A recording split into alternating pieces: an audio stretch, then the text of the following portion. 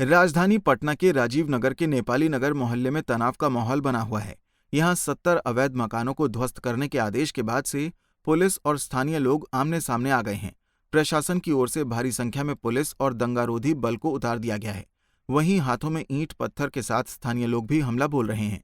स्थानीय लोगों की नाराजगी की वजह यह है कि जब मकानों को बनाया और इलाके को बसाया जा रहा था, तब इलाके के सीओ और सरकारी कर्मचारी तमाशा देख रहे थे, लेकिन जब इलाका पूरी तरह से बस गया तब उसे हटाने के लिए प्रशासन बुलडोजर चलवा रहा है। करीब 1.5 दर्जन जेसीबी मशीन राजीव नगर में कहर बरपा रही हैं। वहीं पीड़ित लोग बदहवासी से इस नजारे को देख रहे हैं। गरीब आदमी किया है, कर्जा ले लेकर बेहोश हो रहा है आदमी। कहां से हम लोग के जेवर गहना जब पहले बोल देना, वही खाना वाले बोल देना चाहिए ना। बिजली दिया, पानी दिया, रोड दिया, काहे दिया, यही पहले बोल देता। ऐसे कोई मतलब नहीं ना हुआ। आज हम 20 साल से रह रहे हैं यहाँ पर। एक बार नोटिस दीजिएगा कि घर एकदम हटा लीजिए, कहाँ चले जाएंगे हटा के। दुनिया भर का कर्जा लिए हम लोग, अपना गहना पाती बेच के बना लिए। अब आप कह रहे हैं कि कुछ नहीं, नगर निगम का रसीद क्यों कट रहा है? ये पोल बिजली क्यों दिया गया बतलाइए?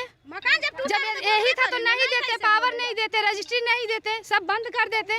आज 20 साल के बाद नींद खुला है सरकार का। कहाँ था पहले? पहले कहाँ था जब हम लोग बना रहे थे?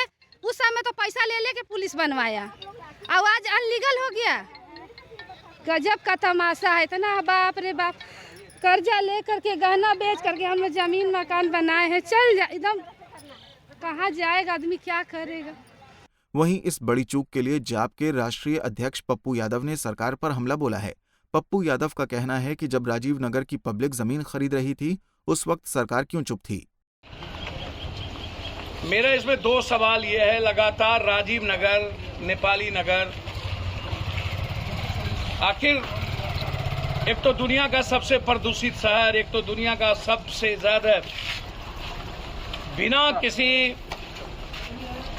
नक्शे के, बिना किसी चीजों के पटना शहर को सरकार ने लगातार 20 सालों से, 40 सालों से, 50 सालों से बिना किसी रोड मैप के, जिसके चलते बाढ़ भी आई, पटना बर्बाद भी हुआ। लेकिन जब राजीव नगर और नेपाली नगर के पब्लिक जिस वक्त जमीन ले रहे थे या जो जमीन बेच रहा था, जब उस वक्त थाना थी, सीओ था, रजिस्ट्री ऑफिस हुई, पैसा दिया, गवर्नमेंट को पैसा दिया, उस वक्त गवर्नमेंट ने मना क्यों नहीं किया?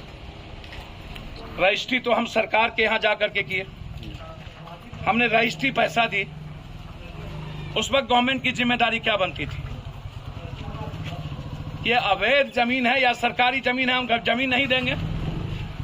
तब रजिस्ट्री से लेकर के गवर्नमेंट और नेताओं के दलालों ने थाना से मिलकर, सीओ, एडीएम से मिलकर के पब्लिक के साथ धोखा किया। वहीं मौके पर मौजूद पटना के डीएम चंद्रशेखर सिंह ने बताया कि अवैध निर्माण को लेकर 3 बार नोटिस दिया गया है। सिंह ने बताया कि प्रशासन 40 एकड़ जमीन अपने कब्जे में लेगी।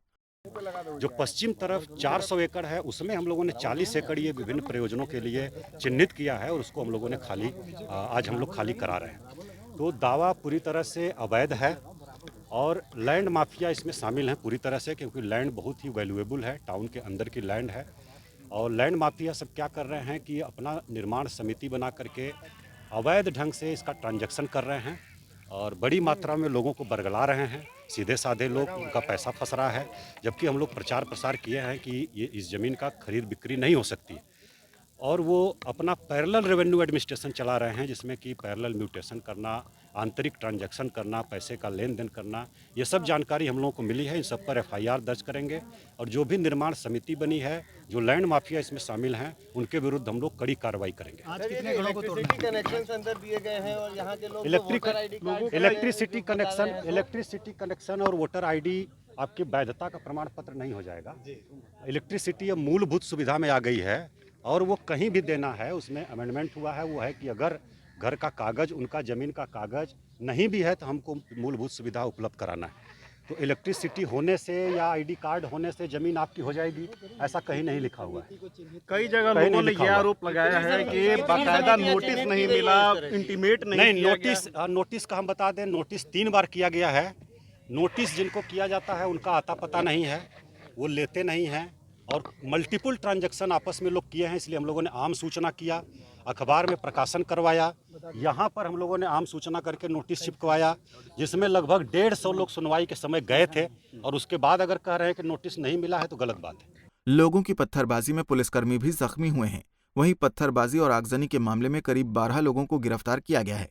हालांकि इस बवाल के बीच ये सवाल जरूर उठता है कि आखिर 20 साल से सरकार और प्रशासन खामोश क्यों था। पंजाब केसरी टीवी के लिए पटना से अभिषेक की रिपोर्ट।